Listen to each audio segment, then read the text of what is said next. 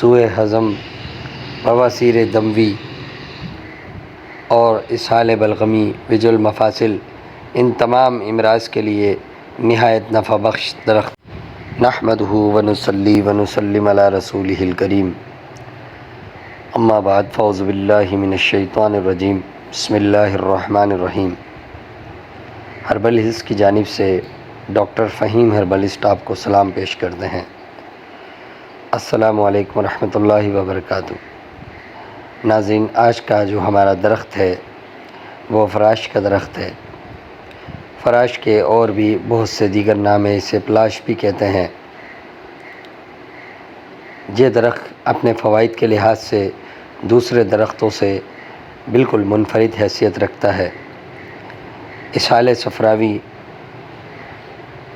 نفخ شکم، قولنج ریحی اور تمام قسم کے کولنج، سوء ہضم، بواسیر دموی اور اسہال بلغمی وجو المفاصل، ان تمام امراض کے لیے نہایت نفع بخش درخت ہے۔ ناظرین، اس سے قبل کہ آج کے ٹاپک پر تفصیلی گفتگو کی جائے، میں یہ ضروری سمجھوں گا کہ ڈاکٹر فہیم ہربلسٹ کی طبی خدمات سے آپ کو آگاہ کروں۔ آپ سوراب گوڈ JDC آفس کے سامنے ہربل ہلز کلینک کرتے ہیں، دبئی، کویت، جدہ میں بھی کلینک کرتے ہیں۔ آپ مارننگ شو کرتے ہیں K21 اور GTV پر۔ آرٹیفیشل انٹیلیجنس کے ذریعے ساری دنیا میں ادویات کی ترسیل کی جاتی ہے۔ یہ تھا مختصر تعارف ڈاکٹر فہیم ہربلسٹ کا۔ مزید رہنمائی کے لیے نیچے دیے گئے نمبر پر رابطہ کر سکتے ہیں۔ تو آئیے بات کرتے ہیں فلاش کے درخت کے بینیفٹس کی۔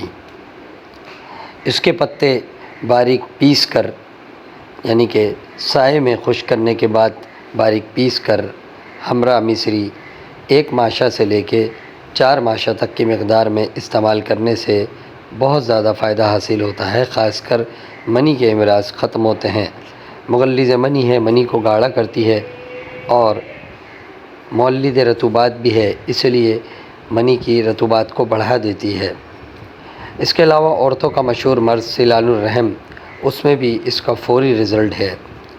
کسی شخص کو اگر گرمی کی وجہ سے، لیڈیز ہو یا خواہ وہ مرد ہوں، اگر بہت زیادہ موشن لگ گئے ہوں، گرمی ہو یا جمال گوٹا کے موشن ہوں، یا گرمی سے آنے کے بعد اچانک سے انہوں نے کوئی ایسی غذا کھائی جس سے موشن لگ گئے ہو، تو ایسی صورتحال میں بھی اس کے پتے باریک پیسے ہوئے 1 ماشا کی مقدار میں ہر گھنٹے بعد لینے سے فوری طور پر اسہال رک جاتے ہیں۔